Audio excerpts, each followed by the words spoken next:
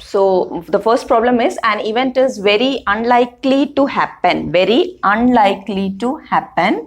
Its probability is closest to. So you have been given 4 options. Okay, I'm just writing the options. You have to say which one will be the best option.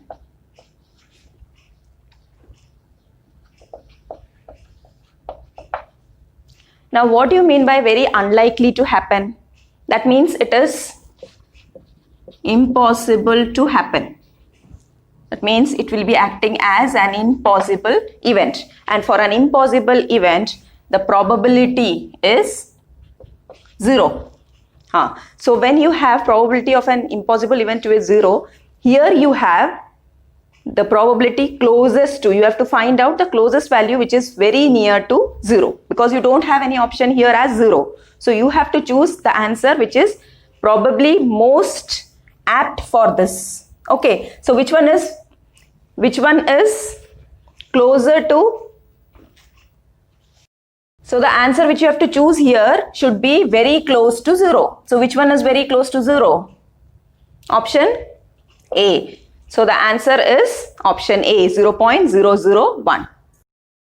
So the next question is the probability that a non-leap year selected at random will contain 53 Sundays. Non-leap year means, if someone has given the answer A, that is correct. Now I will show, it is for all people now, so I am just showing how to do the process. Okay, you have 53 Sundays and non-leap year means how many days you have? How many days? 365 days. Now you have to divide with 7.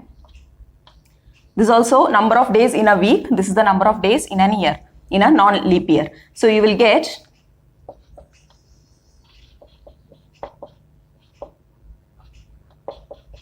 like this. So you have 52 weeks and 1 day left there. 52 weeks and 1 day for your 365 days, right? Now for these 52 weeks, you have 1 Sunday for each one.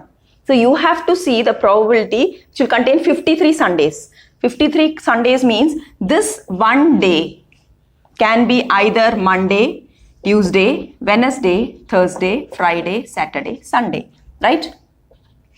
Now out of this, if we are getting a Sunday, then it will contain 53 Sundays. Otherwise, no. So from these 7 options, 1, 2, 3, 4, 5, 6, 7, if you have this one, you will get it to be 53 Sundays. So we have to just check for this one, for this 1 day, that is out of 7, 1 will be Sunday. So this is the probability of having 53 Sundays. Understood? Okay. So the option is A. Question is, when a die is thrown, the probability of getting an odd number less than 3. So you have to see it is an odd number and it is less than 3 also. So what are the outcomes of the sample space when a die is thrown? You have 1, 2, 3, 4, 5, 6, right? Now out of this, less than 3 means these 3 numbers. But it is again an odd number means you will get only this one, right? So how many options you have? 6. And what is the thing which you will get? It is only 1. The favorable outcome will be 1. So you have only one thing. This one is not this one. It is the number of favorable outcomes. Okay. So you will have the probability to be P of getting a number less than 3 and it is odd also. Will be 1 by 6. So the option is A. A girl calculates the probability of her winning the first prize in a lottery is 0.08. If 6,000 tickets are sold, how many tickets has she bought? So first we will start with, let the number of tickets be that she bought be X. Let the number of tickets she bought be X. Then what will be the probability of buying a ticket? How will you say it? It is the number of tickets which she has bought divided by the total number of tickets. Total number of tickets is the total number of, yes, so you will get P of whatever she has bought. The probability of that is given to be 0.08 also, right? So P of that is P of the tickets she has bought will be 0.08. That means you are just replacing this P of, that is probability, as how much? X by 6,000 is equal to 0.08. Yes, so you'll get X is equal to 0.08 into 6,000. Many of you have answered, that is 480 you are getting. Okay, here you will have 48 for this, and how many zeros? Here point. So this is your answer. Understood? So the next question is, cards marked with numbers 2 to 101 are placed in a box and mixed thoroughly. One card is drawn from this box randomly, then the probability that the number on the card is a perfect square. So for that, from 2 to 100, how many numbers are there? How many are there? Number of numbers from 2 to 101. I'm just asking number of numbers. Like 2, 3, 4, 5, like that. How many you have? 100. You just see if it was from yahan se, if you reduce 1, it will be 1, 2. Again, if you are reducing from here, it will be 100. So from 1 to 100, how many you have? 100. So that is the same with this one also. So it is 2 to 101 means you are getting 100. Some people have written the answer. Yes, Priyanshu, correct. Okay, now what we need to do is, you have to find out the probability that the number on the card is a perfect square. So first we will go for how many perfect squares are there. Okay, tell me the perfect squares between 2 to 101, 4, then 9, 16, 25, 36, 49, come on. Then 64, then 81 over 100. So till this we need. So from 2 to 101, you have got this much of numbers. 1, 2, 3, 4, 5, 6, 7, 8, 9.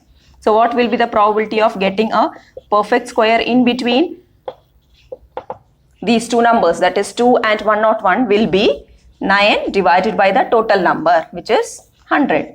So the answer is 9 by 100.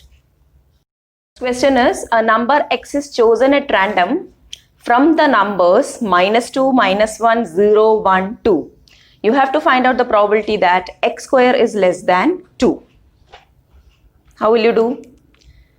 You have to just take x squared. Suppose anyone can be x here. Okay, that x is chosen randomly from these numbers, no? So any number can be taken by x. So if x is -2, then x square will be 4, right? -2 the whole square. Yes, -2 the whole square will give you 4. And you have to check the probability that x square is less than 2. So first I am just taking the numbers and their squares so that we can just easily detect which all numbers you can choose here. Okay, so what is x square here? -1 the whole square, which is 1. If x is 0, x square will be also 0. If x is 1, x square is 1. And if x is 2, x square is 4. So which all numbers you can choose for the condition that P of getting x square is less than 2 will be. In total you have 1, 2, 3, 4, 5, right? 5 options. Total outcomes are 5.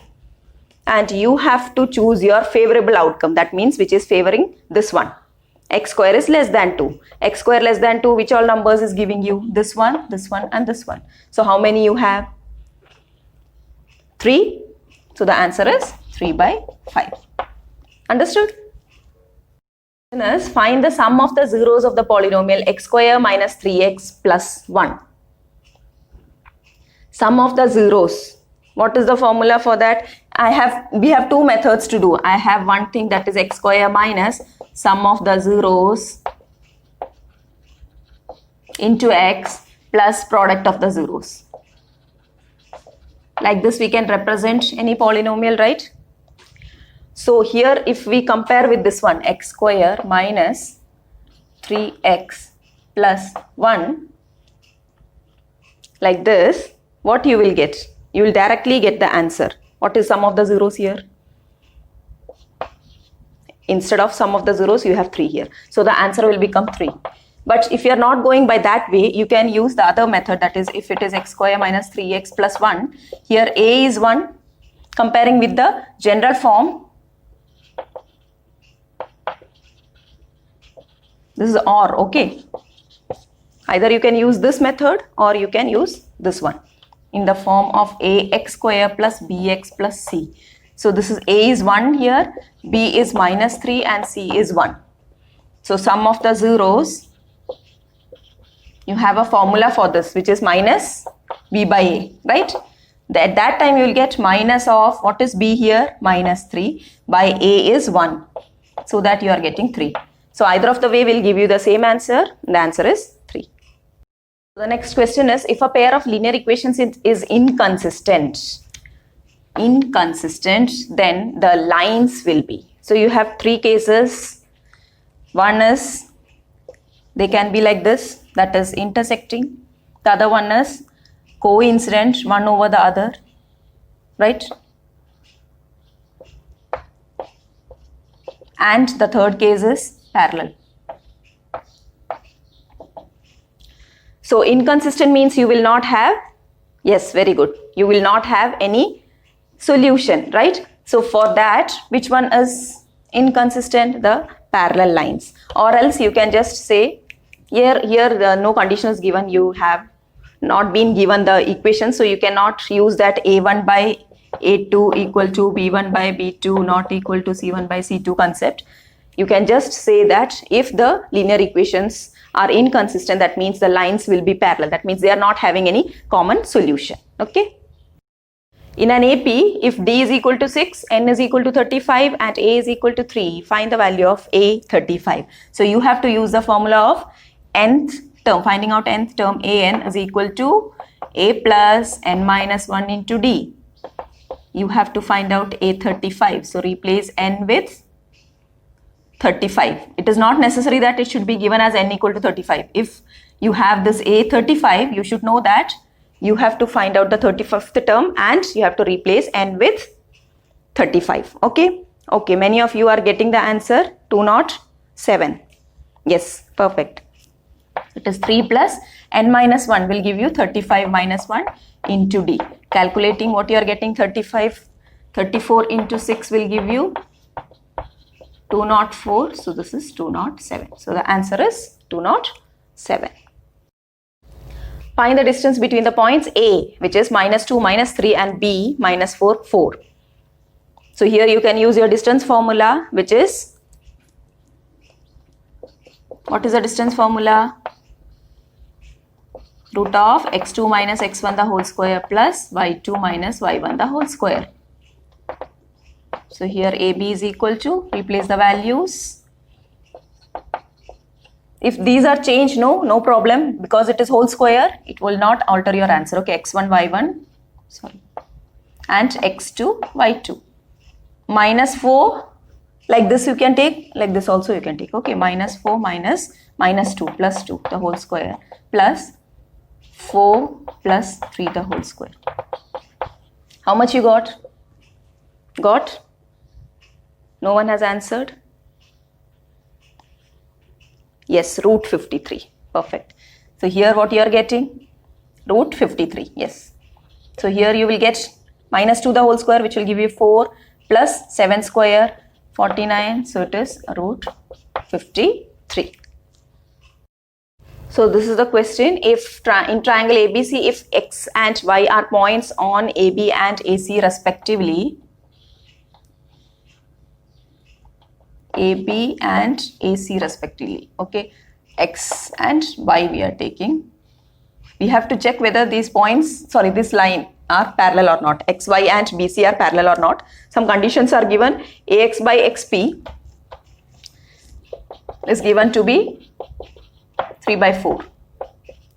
And the other thing which they have given is, just see in the figure, AY is given to be 5 and YC is given to be 9, means you can write AY by YC, which is 5 by 9. You can see that the ratios are not equal, that is AX by XP is not equal to AY by YC. Therefore, XY and BC cannot be parallel.